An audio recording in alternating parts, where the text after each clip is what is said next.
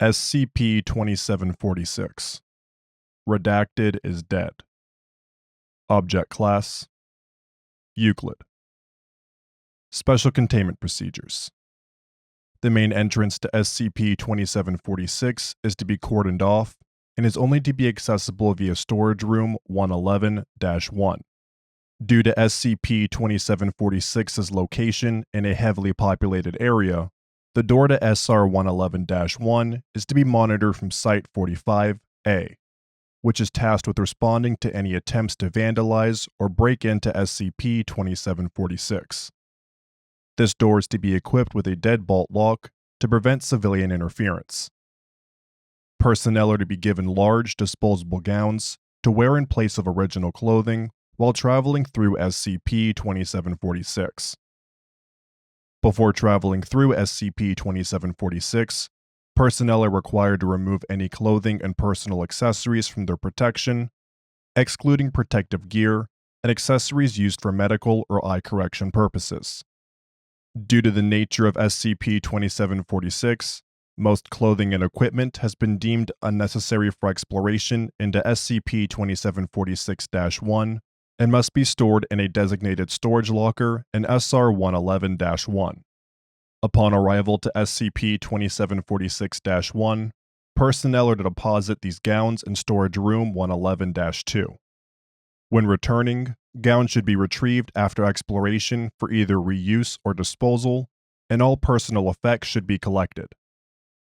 Equipment needed for exploration into SCP-2746-1 must be carried entirely through baggage, and be tailored for animal use if possible. Description: SCP-2746 is an underground tunnel located in Las Vegas, Nevada, approximately 250 meters north of Site-45-A. SCP-2746 primarily functions as a stable two-way portal between Las Vegas and an extra-dimensional space designated SCP-2746-1. On the left side of SCP-2746's main entrance are two storage rooms: Storage Room 111-1, located within Las Vegas, and Storage Room 111-2, located within SCP-2746-1. Both of these rooms have a door leading to the exterior and a door leading to the interior of SCP-2746. As a human travels through SCP-2746, they will take on the physical appearance of a non-human animal. No pattern or explanation has been determined to explain why the transformation results in any particular species. This process has been observed to begin with the subject's skeletal structure and end with the skin, size, and internal and external organs matching those of the non-human species. Human subjects retain their vocal cords and sapience when they arrive at SCP-2746-1. Non-human subjects do not undergo the same changes as human subjects when crossing SCP-2746. When any organism, excluding humans, approaches SCP-2746-1, they will only develop functional vocal cords. They retain their level of intelligence while within SCP-2746-1, but may be capable of repeating rudimentary or familiar phrases depending on their intelligence. This effect will progress as the subject travels through SCP-2746 and will be complete when he or she reaches SCP-2746-1. This process will reverse itself as they return to Las Vegas. It is currently unknown whether this effect stems from SCP-2746 or proximity to SCP-2746-1.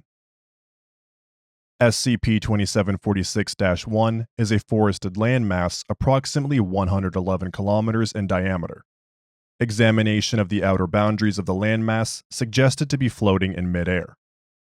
Atmospheric pressure and temperatures are comparable to temperate Earth conditions at sea level. Records located within SCP-2746-1 suggest that the landmass was inhabited by sapient, non-human animals, estimated 770 to 780 in number. The inhabitants appeared to have been able to construct complex structures and tools, and have formed a pious, redacted-based oligarchy.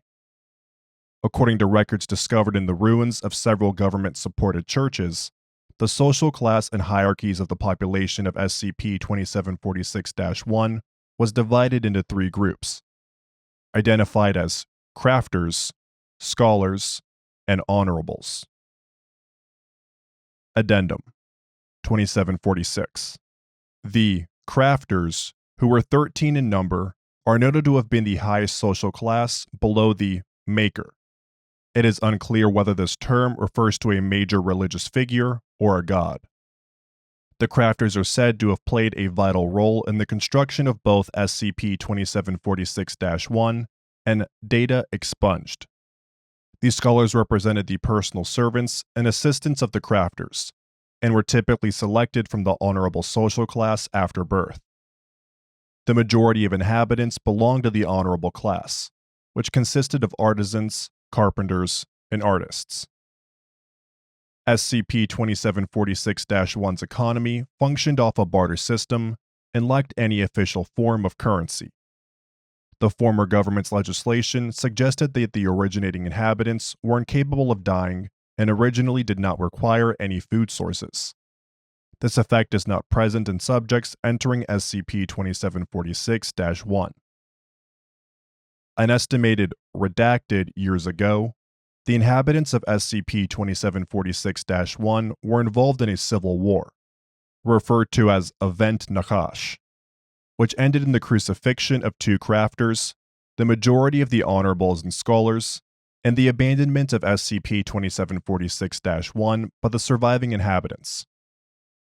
According to recovered documents, Event Nakash was the result of the Maker declaring that humans were to be banished from SCP-2746-1 and that a penalty requiring that all citizens acquire the need to eat in order to preserve their sanity.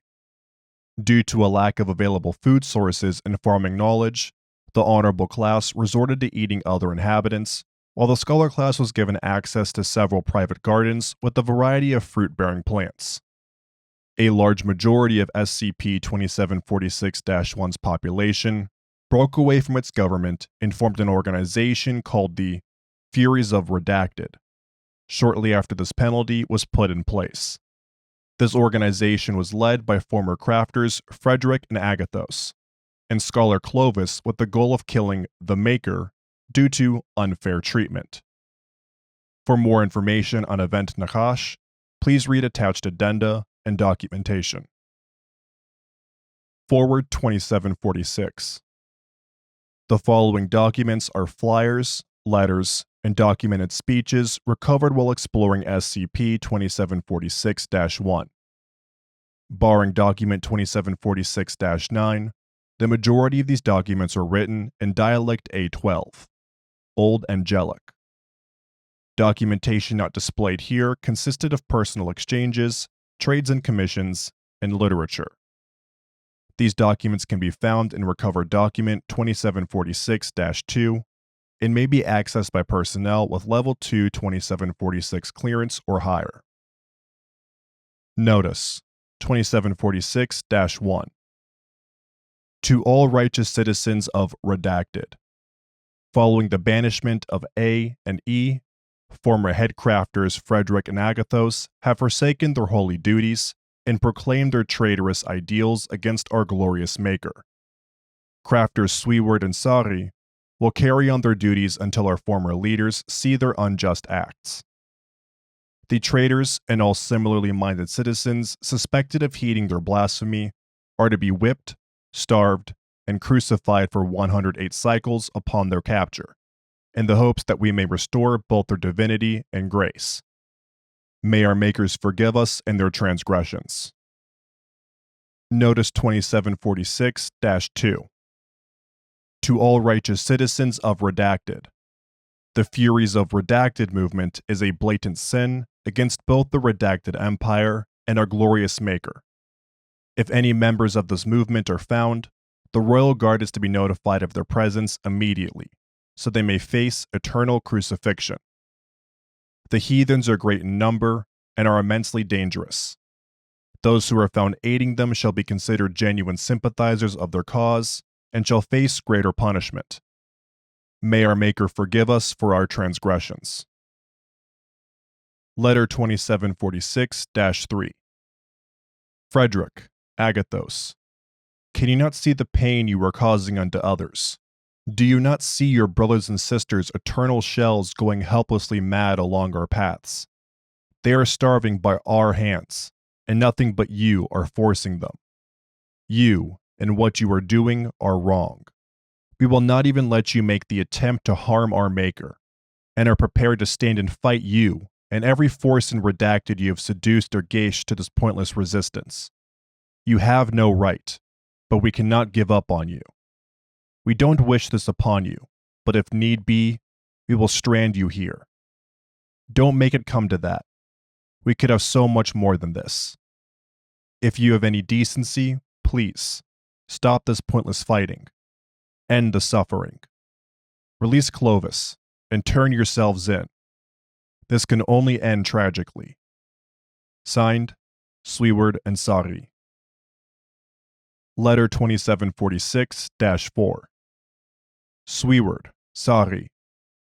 While we are quite saddened that you and the other crafters do not share our views on our Maker, we would like you to understand that none of us give a damn. As you have pointed to us, our concern is placed on the citizens you have created examples of.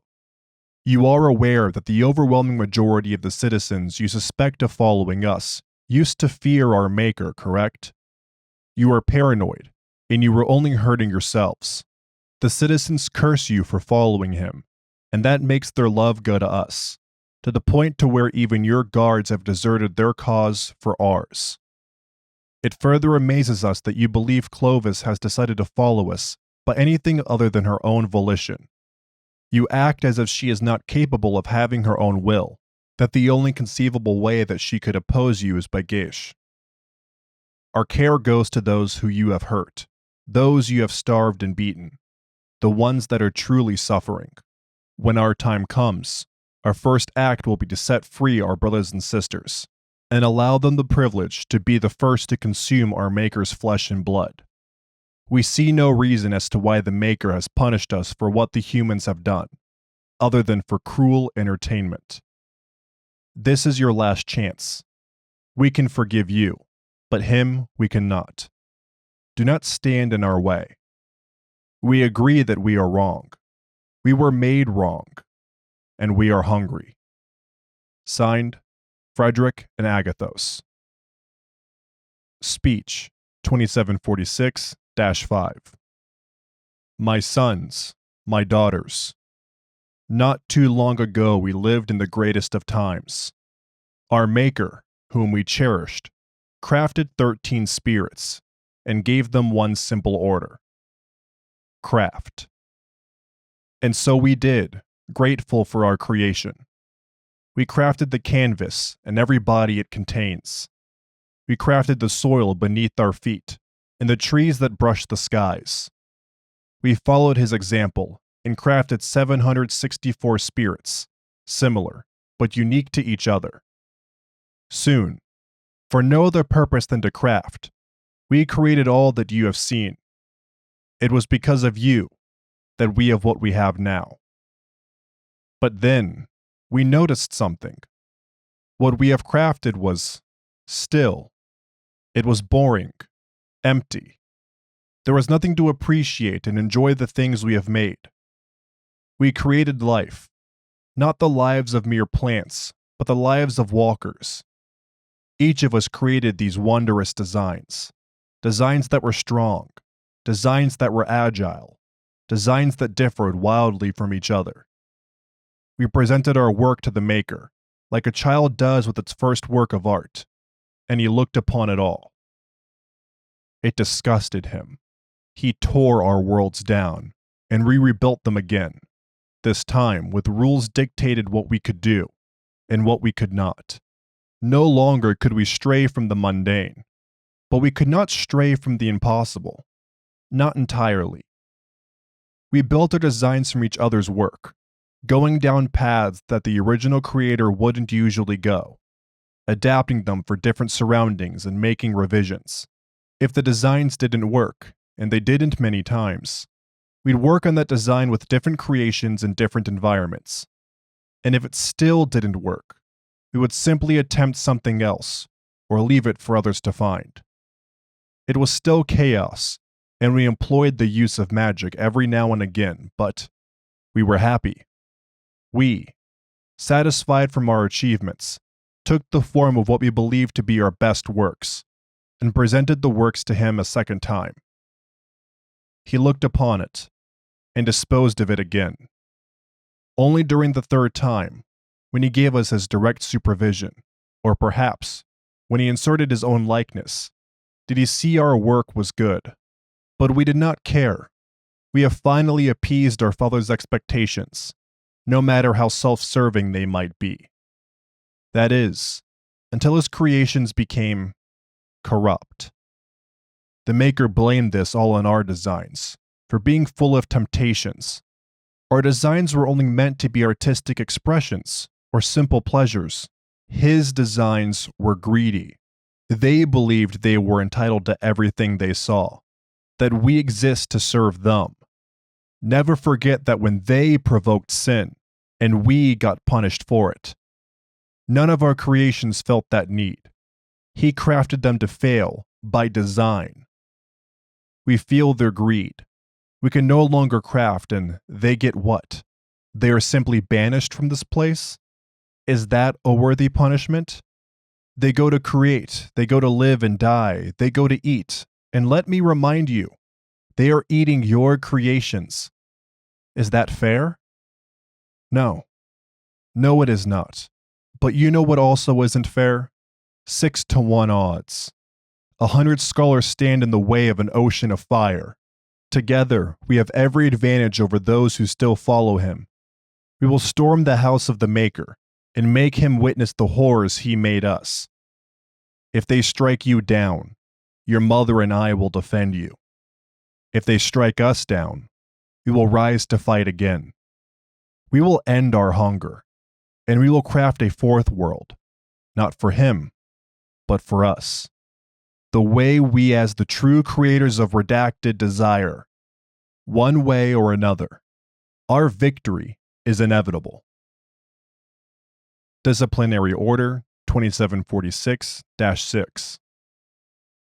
With deep regret and respect, we execute Head Crafter Frederick's punishment for his atrocities towards our Maker. Frederick was our leader, second only to him. His leadership, ingenuity, and strength were the best of Redacted, but were also his undoing. In better days, Frederick's great achievement was his design of the Great Fire, which has and will provide us all with light for eons. His punishment will be a loss to all. Prior to his current state, Frederick has betrayed our master and led all of Redacted's citizens in revolt against him. Frederick's punishment has been tailored to reflect his actions. Frederick's final action was confronting the crafters and causing severe burns on Sari's face. Frederick was then paralyzed and apprehended through the use of Sweward's song. The following orders, in addition to permanent crucifixion and relocation to the underplane, have been commissioned for Frederick's punishment.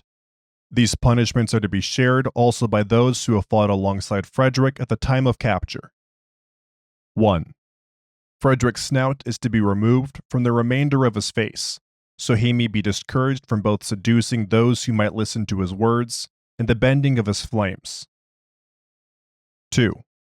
Frederick's crucifix is to be set aflame once he has been firmly secured to it, so he may feel the same pain he has placed to those who have faced him. 3.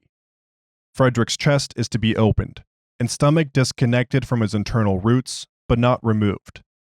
It must remain in his shell so that he may grow weak to the Maker's punishment. Disciplinary Order 2746-7. With deep regret and respect, we execute former crafter Agathos' punishment for her atrocities towards our Maker. Agathos served as Frederick's personal advisor and sister. Her loyalty, cunning, and foresight were the best of Redacted, but were also her undoing. In better days, she architected the white rock which balances Frederick's great fire and encourages the waters she has created. Her punishment will be a loss to us all. Prior to her current state, Agathos followed Frederick's example, and has betrayed our Maker by aiding Frederick in the planning of all strategic decisions. Agathos' punishment has been tailored to reflect her actions.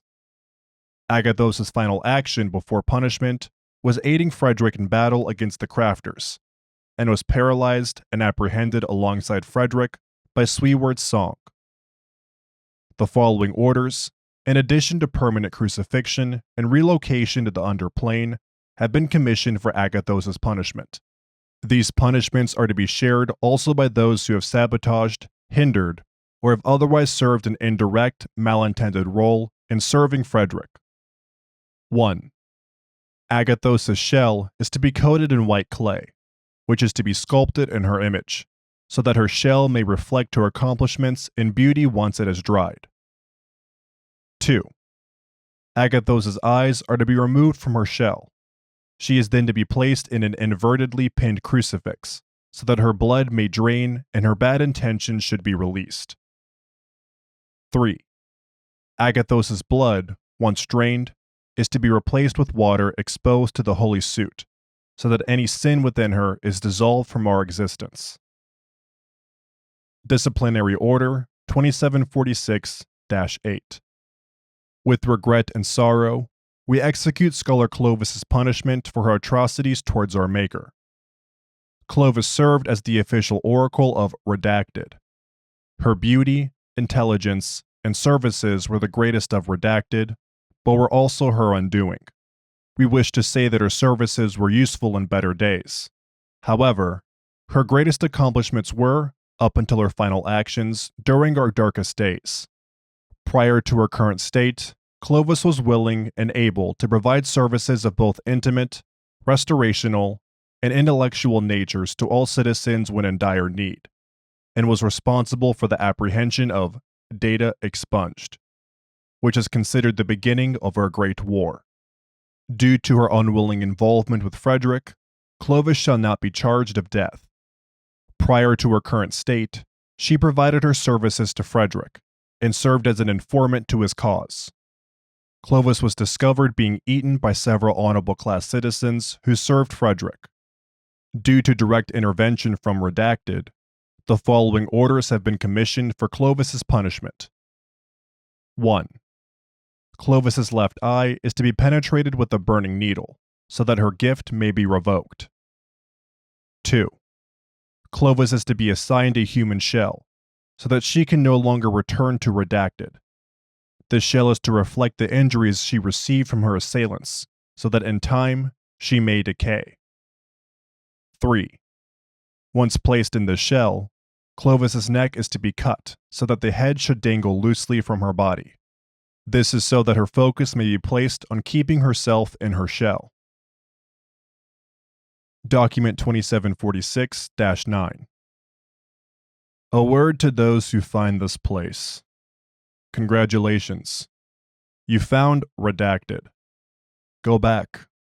Go back and forget about it. You would be much better off. If you insist, fine, but just humor someone trying to give you advice and read this first. You probably knew of Redacted. Thought of it as a paradise, a holy ground where nothing could have gone wrong. Death couldn't touch anyone, and everyone was content. No sin, I suppose it was. Not anymore. We've abandoned that notion a long, long time ago. Get this in your head right now. Redacted is dead. After what happened, we fought each other. I had to watch as our brother, our sister, our sons and daughters were starved to madness and pinned to a cross, and half the time, I was the one who had to do it. The other times it was sorry. There were those I had no mercy for, the ones that tortured, the ones that indulged. Then there were the ones I regret, those I knew personally. I almost didn't do it, but I thought I had to, so I did. I am a very different person because of what happened here. I miss my friends. I miss the old me who liked to just sing and fuck around. I miss the times where we all liked each other, the times where no one was hurting, and the times where protector only meant breaking up an argument every now and then. I would give up everything to return to that time. That's why I don't want anyone seeing this place anymore. It's bad ground. If some authoritative body finds it, fine. I don't care so long as you have it left alone. It's a graveyard, not an attraction. Do I feel like a protector? No, I don't. I resent that title. And anytime someone calls me that, I feel dead inside. The only person I could relate to is Sari, and that's because she did the same things I did. The two of us are the only ones left. The others, they couldn't handle being the only ones left, so they just gave up. We had the opportunity to join them, but it didn't feel right at the time, especially after everything we've done. Now, we just want it forgotten. We want a chance at a happier life, and hopefully we've got that by the time you read this. Hopefully, when we've cleaned the slate, exchanged this divinity for simple human lives, Redacted won't find us again. It's all we can hope for. Signed, Sweward. Annotation. Document 2749-6 required no translation, due to it being written in modern English. Document 2746-9 is estimated to have been written, data expunged, years after the previous documents, approximately 140 years before the discovery of SCP-2746.